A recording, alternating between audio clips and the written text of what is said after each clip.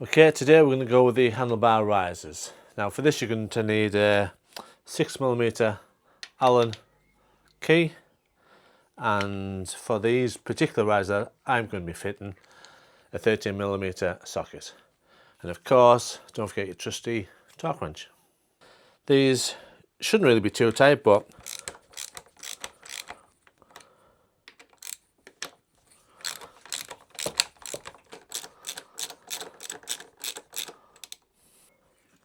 so that's 4 bolts out. Now, looks like we don't need these, so we'll put them somewhere safe for now. Just lift this handlebar off. Oh, we'll have to go back over. Right, that's pretty darn heavy, that. Right, we need a bigger socket. And now we need the 8mm Allen key socket. And they weren't very tight at all. For these.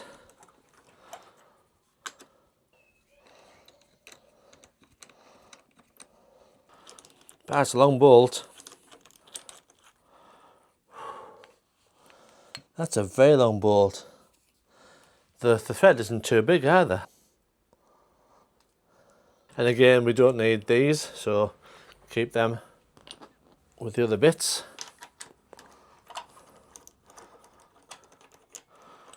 Right. Very surprised there's no Loctite on these. We're certainly going to use Loctite when we put it all back together again. Okay, so I've gone for these rubber dampened, see or not, risers. So they're slightly different to what you'd normally guess, which is just a block. And the blocks are really cheap. This is a little bit more expensive. But I think it should be worth it, especially on the road. So we'll just take this apart. And we're left with the base plate. Right, which just goes on to there. Now it's actually quite close to the lock, the ignition lock, but I think we'll be fine. Yeah, I think we'll be fine. So the bolt out of our original handlebar risers we're going to use again. We're going to put some Loctite on though, because we noticed there can be a lot of vibration and we do not want these coming out. So it's pretty straightforward. They are very, very long though. But as they don't seem to go in the way of anything, we'll use them. Otherwise I'd be thinking about getting some slightly smaller ones, to be honest.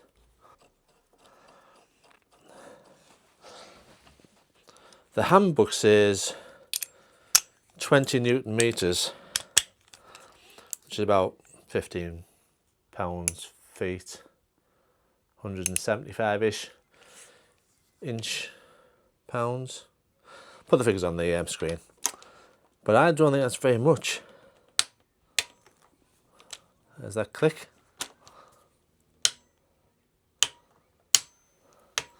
It's not very much at all. I'm going to just give it a... Well, it's not much, but to be honest, it is pretty tight there. Yeah, leave it at that. So next is the risers. And again, some Loctite. Crikey, I'm running out. We don't want these coming out. And again, I'm going to go with the 20 Newton meters. Doesn't seem very much, but that's what it's saying. Just make sure we tighten them down nice and evenly. Well, actually, you know what? Because these are rubber mounted, I think 20 Newton meters might be more than enough.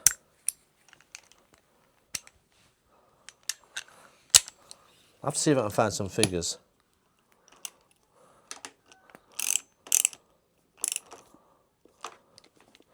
So I don't think... No. If I do these to 20 Newton meters, that's just the rubber all squashed. Okay, same for the other side. Just your Loctite.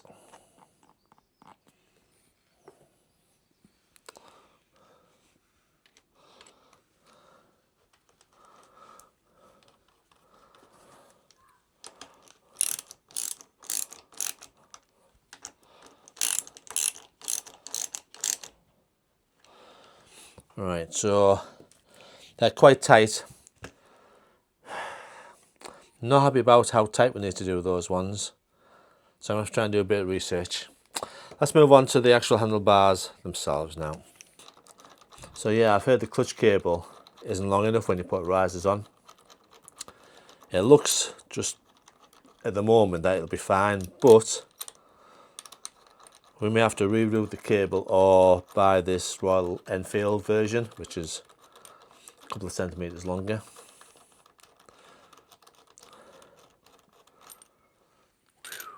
Right, we will see.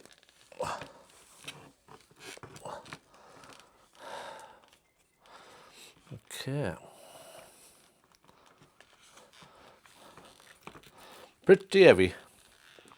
Let's get these on for now though. So as always, trust your Loctite, and these will be at least 20 Newton meters. I can guarantee it, because I don't want these handlebars dropping again like they did last time. Oops, a bit much there.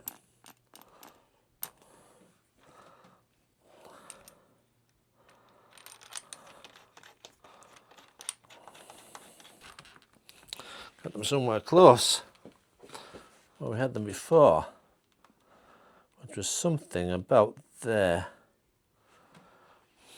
KTM in the middle, there's actually some little lines, let me just show you. You can see the threads.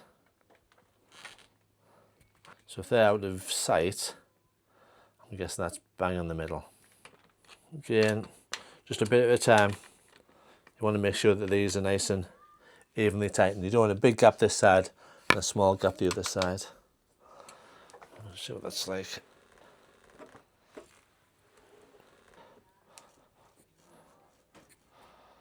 I think something about there. Right, 20 Newton meters on the torque wrench. So it's really, it's these you want level.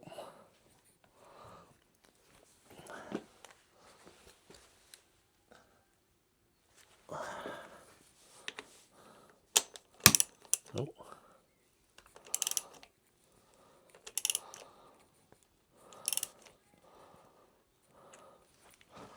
Just looking at the gap between the two of them. Still looks fine.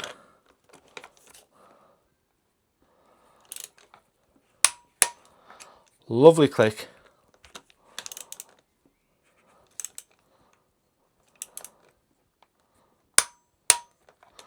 Right. Again, the gap between these two is pretty much spot on at the moment.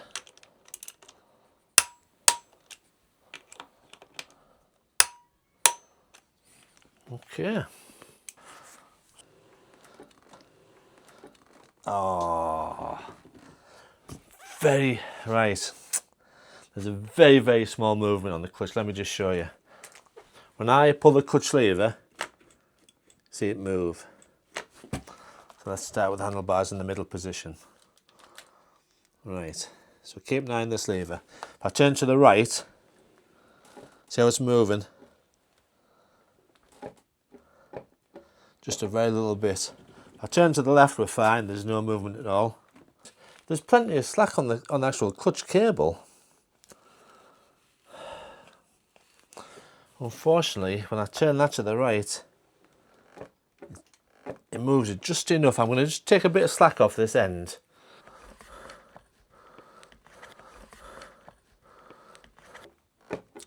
Oh, I think we've got away with it.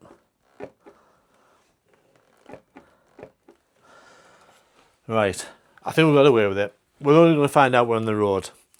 However, adjusting the cable at the top here, I've adjusted this cable adjustment here. There's not much slack on there, which is how it should be. I think we've got away with this. I'm not sure you can tell when I'm on here, but oh yeah, that actually feels really comfortable. So even on the road, that feels quite good. It's actually quite a bit further forward as well as higher. Oh, I'm happy with that.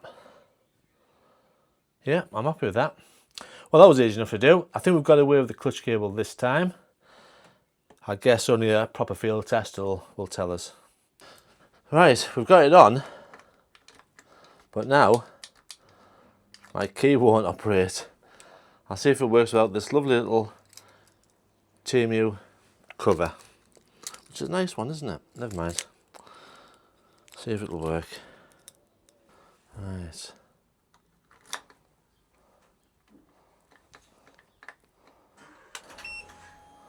Well, that's very tricky, but it works. I hope you found the video useful. I'll leave a link on this high riser in the description below. Any comments, just let me know. But for now, done. Move on to the next mod, which I think will be front brake and clutch levers. Since we're on the clutch. Right, I'll see you on the next video.